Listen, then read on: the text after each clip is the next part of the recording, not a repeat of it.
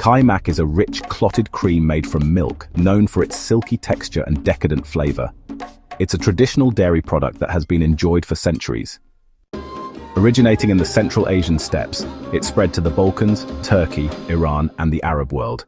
The name Kaymak comes from the Turkic word Kaymak, meaning melt or melted. Its texture is similar to clotted cream or very thick whipped cream, but its preparation, flavor, and cultural role are entirely unique. Kaymak is traditionally made by slowly boiling milk, and then allowing it to cool so the cream rises and thickens. This layer is carefully skimmed and stored to ferment slightly. The result is a mildly tangy, creamy delight that can be sweet or savory. In Turkish breakfasts, Kaymak is often served with honey and warm bread. In the Balkans, it may accompany grilled meats or be eaten with savory dishes. Its use varies across regions, showcasing its versatility.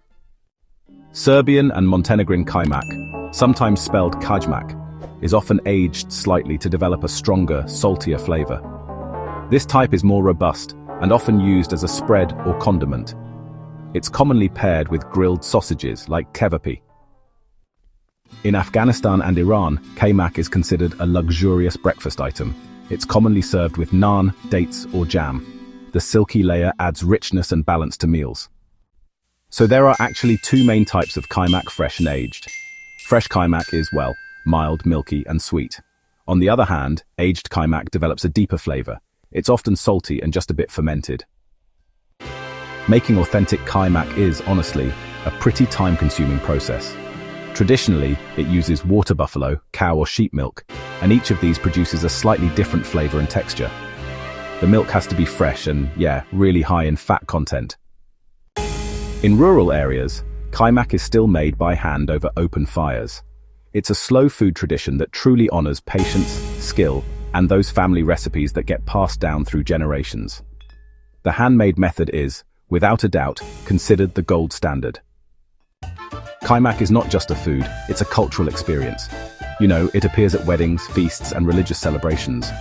In many cultures, offering Kaymak to a guest is a sign of deep respect and generosity. Modern production of Kaymak is becoming more widespread. These days, some companies package it for supermarkets, making it accessible beyond traditional regions.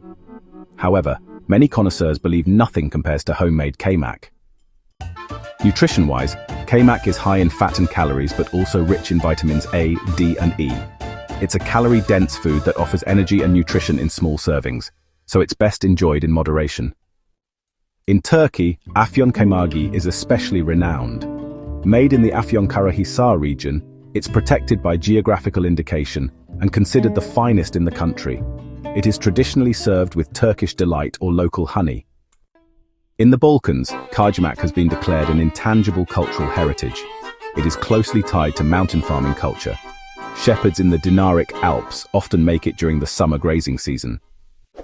Kaymak pairs beautifully with sweet elements like jam, figs, and molasses. In savory dishes, it complements meats, stews, and baked potatoes. Its creamy texture, honestly, elevates every bite. In Iraq, Qeimar is the local name for Kaymak, and it's a beloved breakfast item. It is usually eaten with kahi, those flaky pastries, and a drizzle of honey. Honestly, it's an essential part of traditional Iraqi hospitality. Middle Eastern versions often involve a blend of cream and milk, sometimes enriched with rosewater or cardamom. This gives Kaymak a sweet, aromatic dimension. It's often served during Ramadan or Eid, making it, a special treat for those occasions. In Uzbekistan and Kazakhstan, Kaymak is part of everyday life. It's offered during tea rituals, family meals, and guest visits.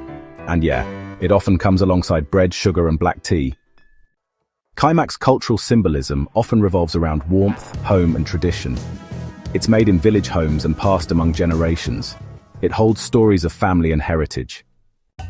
In modern fusion cuisine, chefs are exploring new uses for Kaymak. It's being added to desserts like cheesecake, pancakes, and fruit parfaits. Some restaurants even serve it as a dip with artisan bread.